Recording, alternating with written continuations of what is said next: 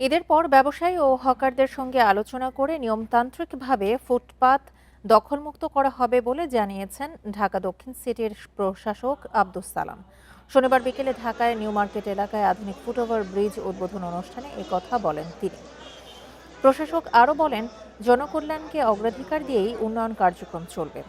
New মার্কেটে ব্রিজটি চালুর কারণে যানজট কমবে এবং পথচারীদের নিরাপদ পারাপার নিশ্চিত হবে। এছাড়া রাজধানীতে যেসব ফুটওভার ব্রিজ অকেজো হয়ে পড়ে আছে সেগুলো দ্রুত সংস্কারের কথা জানান সড়ক পরিবহন ও সেতুমন্ত্রী শেখ রবিউল ইসলাম।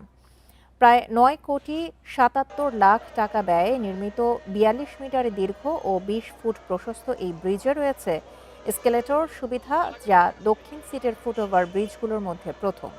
পাশাপাশি দুই পাশে সাধারণ সিঁড়ি এবং নিউ সুপারমার্কেট ও নূর ম্যানশনের সঙ্গে সরাসরি সংযোগ রাখা হয়েছে। বিকাশ পেমেন্টে ১০,০০০ টাকার বেশি অফার। শপিং চলছে তো। প্রয়োজনে আমরা সান্ধ্যকালীন বাজারের ব্যবস্থা করব, মার্কেটের ব্যবস্থা করব, সেইখানে হকার ভাইদের ব্যবস্থা আমরা করে দেব। কিন্তু মার্কেটগুলো যাতে সুন্দর থাকতে পারে, সাধারণ মানুষ যাতে মার্কেটে এসে তার দৈনন্দিন জীবনের কেনাকাটা স্বাচ্ছন্দ্যে করতে পারে, সেটার জন্য আপনারা তাদের সেই সহযোগিতাটুকু করবেন।